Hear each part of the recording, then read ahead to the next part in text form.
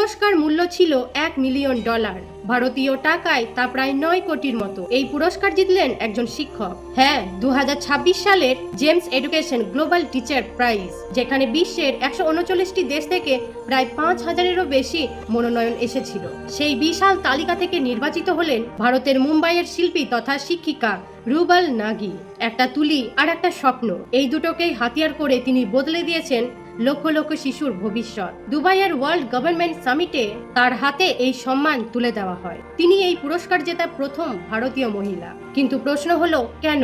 তিনি শুধু ক্লাসরুমে পড়াননি, তিনি দেওয়ালকেও ক্লাসরুম বানিয়েছেন। মুম্বাইয়ের স্লাম থেকে প্রত্যন্ত গ্রামীণ এলাকা, যেখানে স্কুলে যাওয়ার সুযোগ নেই, সেখানে তিনি বড় বড় শিক্ষামূলক মুরাল এঁকে তৈরি করেছেন open air learning space. Mural মানে দেওয়াল বা ছাদের মতো কোনো সমতল জায়গায় আঁকা ছবি বা বিশেষ শিল্পকর্ম, যেখানে অক্ষর, সংখ্যা, স্বাস্থ্যবিধি, পরিবেশ সবকিছুই শেখানো হয় রঙিন ছবির মাধ্যমে, যার ফলাফল চমকে দেওয়ার মতো।